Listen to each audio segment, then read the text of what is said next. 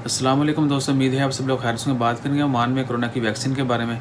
आज 21 सितंबर 2020 सोमवार के दिन मिनिस्ट्री ऑफ हेल्थ की मीटिंग हुई, जिसमें doctor Mohammad Al Husni ministry of health के अंडर सेक्रेटरी उन्होंने अनाउंसमेंट की कि ओमान इस साल के अंत तक जो है 20% वैक्सीन जो है वो सिक्योर करेगा फ्रंट लाइन वर्कर्स के लिए।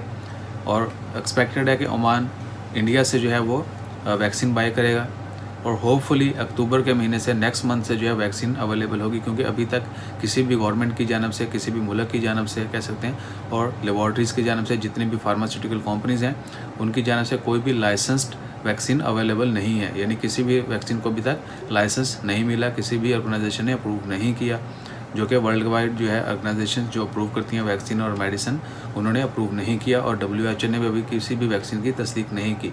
जैसे ही कोई भी वैक्सीन अप्रूव होती है, लाइसेंस मिल जाता है, तो ओमान इमीडिएटली बाय करेगा और 20% जो है वो सिर्फ फ्रंट लाइन वर्कर्स के लिए मुख्तस किया जाएगा।